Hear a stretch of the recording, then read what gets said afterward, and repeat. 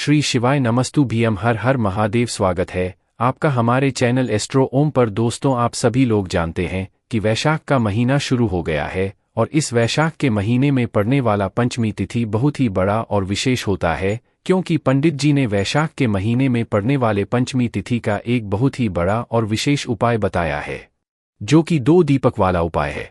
अब दोस्तों, ये वाला उपाय बहुत सारे लोग भूल गए होंगे। ये कुछ लोगों को इस वाले उपाय के बारे में याद भी नहीं होगा।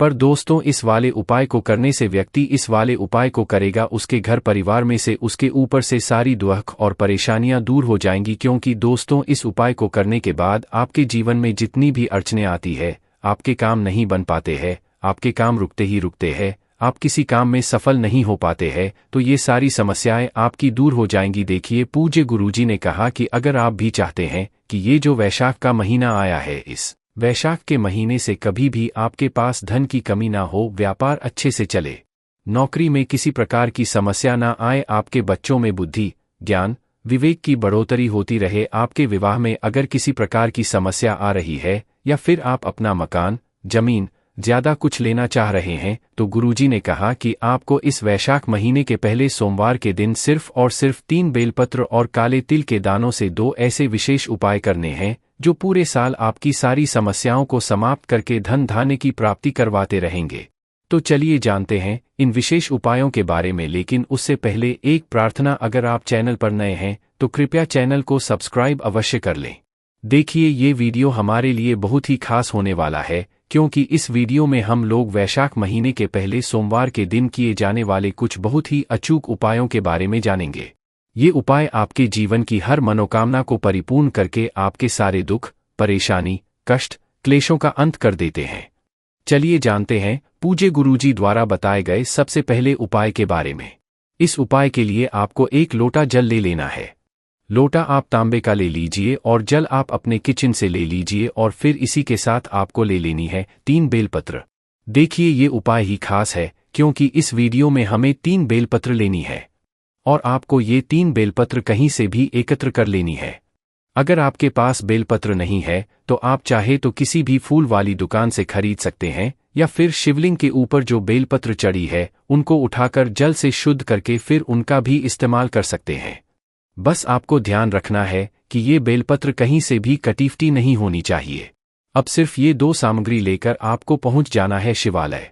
पूज्य गुरुजी ने कहा, इस उपाय को अगर आप शाम को प्रदोष काल के समय में करेंगे तो ये आपके लिए सर्वोत्तम होगा। लेकिन ऐसी बहुत सी जगह होती है जहां पर शाम को जल समर्पित नहीं करने दिया जाता है, तो फिर आप ये उपाय पूरे दिन में किसी भी समय कर सकते हैं। देखिए, शाम को जब सूर्यास्त होते हैं तो उससे 45 मिनट पहले का समय और 45 मिनट बाद का समय, यानी ये जो 1.5 घंटे का समय होता है, यही प्रदोष काल का समय कहलाता है। अब देखिए, शिवालय पहुंचने के बाद सबसे पहले आप जो 3 बेलपत्र लेकर आए हैं, उनमें से पहली बेलपत्र आपको माता अशोक सुंदरी वाले स्थान पर रख देना है। देखिए, शिवलिंग की जो जलाधारी होती है, जहां से जल बहकर नीचे आता है, उसी जलाधारी के बीच में कहीं कहीं पर सांप की आकृति बनी होती है, कहीं कहीं पर मोटी उठी हुई लाइन होती है, तो यही स्थान माता अशोक सुंदरी का स्थान कहलाता है। और इसी स्थान पर आपको 1 बेलपत्र समर्पित कर देना है। बेलपत्र की चिकनी साइड का हिस्सा नीचे की तरफ रहेगा और बेलपत्र की डंडी जलाधारी की तरफ रहेगी। ऐसे ही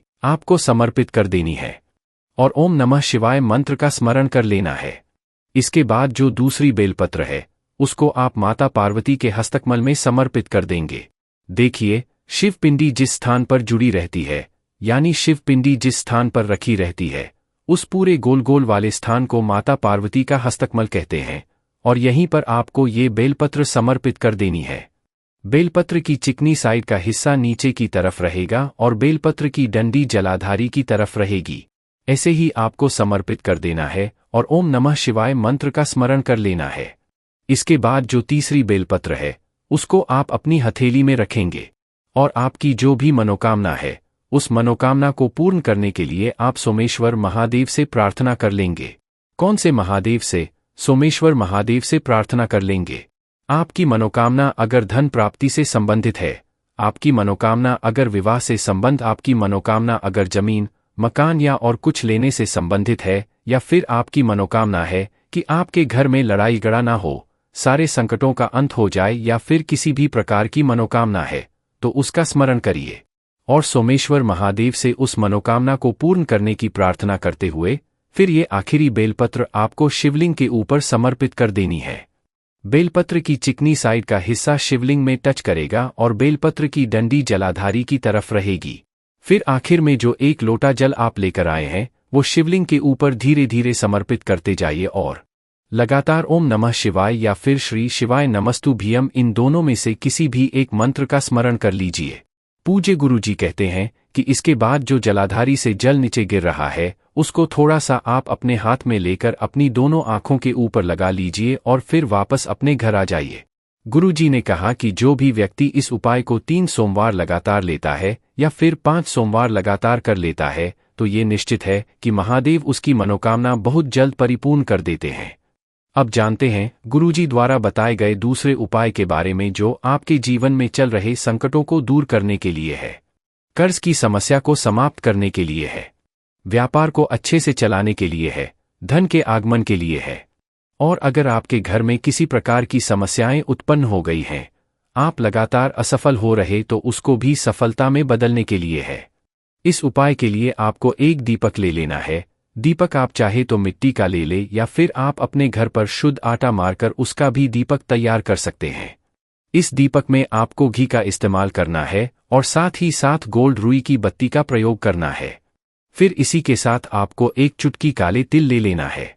आप चाहे तो एक चुटकी काले तिल ले ले या फिर 11 काले तिल ले ले या फिर 21 काले तिल ले ले, जितने भी आप ले सकते हो उतने ले ले। ये सारी सामग्री लेकर आपको शिवालय पहुंच जाना है। देखिए, शिवालय पहुंचने के बाद इस दीपक को आप 2 जगह समर्पित कर सकते हैं। इस दीपक को या तो आप शिवालय की चौखट में समर्पित कर दें। शिवालय में जब हम लोग अंदर प्रवेश करते हैं तो उसकी एक चौखट होती है, तो चौखट में चाहे तो सीधे हाथ में इसको समर्पित कर दें यानी प्रज्वलित कर दें, या फिर उल्टे हाथ की साइड में यानी लेफ्ट हैंड की साइड में इसे समर्पित कर दें। चौखट में अगल बगल किसी भी तरफ आप इस दीपक को समर्पित कर सकते और या फिर इसे आप शिवलिंग के सामने प्रज्वलित कर सकते हैं।